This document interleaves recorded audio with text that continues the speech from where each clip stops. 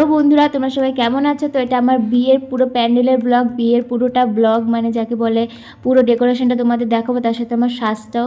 এই যে আমি এন্ট্রি নিচ্ছি, দেখে নাও কেমন হয়েছে সাজটা, অবশ্যই কিন্তু জানিও। আমি মানে খুবই এক্সাইটেড ছিলাম যে এত সুন্দর করে আমি সাজবো, কখনো ভাবিনি। সত্যি বলছি, নিজেকে নতুনভাবে পেয়েছি, নিজের এরকম রূপ আমি কখনোই দেখিনি। খুবই খুশি হয়েছি যে আমার মেকআপ করে দিয়েছে, সেই দিদিকে অনেক অনেক ধন্যবাদ জানিয়েছি আমি।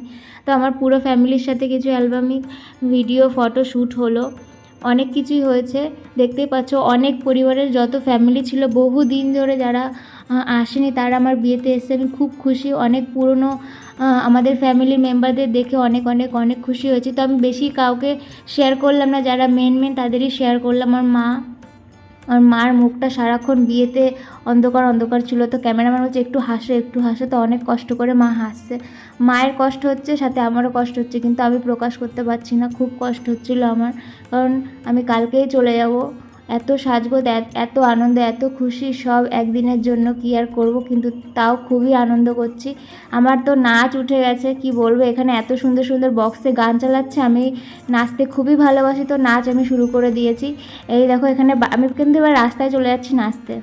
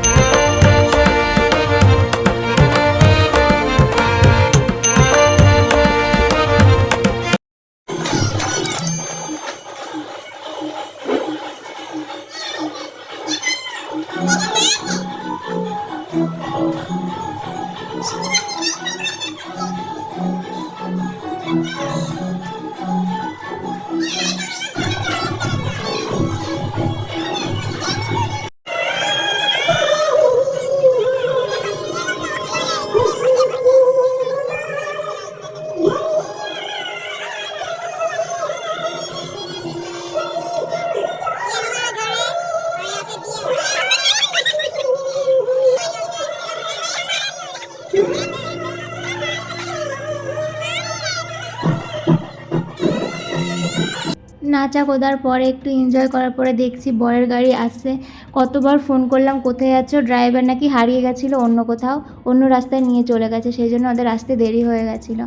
ওদের আসার কথা ছিল 8টার সময়, ওরা এসছে 11:30টার সময়। বুঝতে পারছেন মানে কতটা, প্রায় 3.5 ঘন্টা লেট। এদিক ওদিক ঘুরিয়েছে পুরো গাড়িটা। আর অনেক বরযাত্রী, অনেক মানে আমাদের যারা নিমন্ত্রিত ছিল তারা অনেকে চলে গেছে, আর যারা রেজিস্ট্রি করার জন্য বসেছিল তারা অতিষ্ঠ হয়ে গেছে। মানে এত রাত হয়ে গেছে, খুব মানে একটা ঝামেলার মধ্যে পড়েছিলাম। তারপরে আমাদের রেজিস্ট্রি হলো, ফটোগ্রাফার ওরও কিছু ফটো তুলে নিল।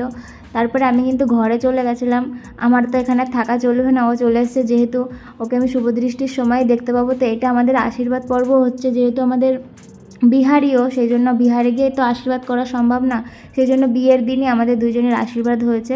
তো ওরা খুবই মানে অন্যরকম অবাক হয়ে হাসাহাসি করছে, হাততালি দিচ্ছে, সিটি বাজাচ্ছে, যে কী হচ্ছে। ওদের মধ্যে এরকম কোনো আশীর্বাদের সিস্টেম নেই, ওদের মধ্যে অন্য কিছু বলা হয় এটাকে। আর আমাদের মধ্যে এরকম করে করছে বলে ওরা খুবই হাসাহাসি করছে, খুবই মানে তুচ্ছ ব্যাপার। ওরা ভাবছে কী না কী করছে, কিন্তু আমাদের কাছে এটাই তো নিয়ম, সেই জন্য ওরা একটু এনজয় করে নিল এই মুহূর্তটা। তো আমাদের কোনো কিছু করার নেই, আমাদের নিয়ম আমাদের পালতেই হবে, সেই জন্য আমাদের নিয়মে সব কিছু হচ্ছে। ওরাও খুব মজা পাচ্ছে দেখে। তোমরা একে একে দেখো, ওকে সবাই, আমার মামা, বাবা, পিসি, সবাই ওকে আশীর্বাদ করছে। এরপরে একটু পরে আমার আশীর্বাদ হবে।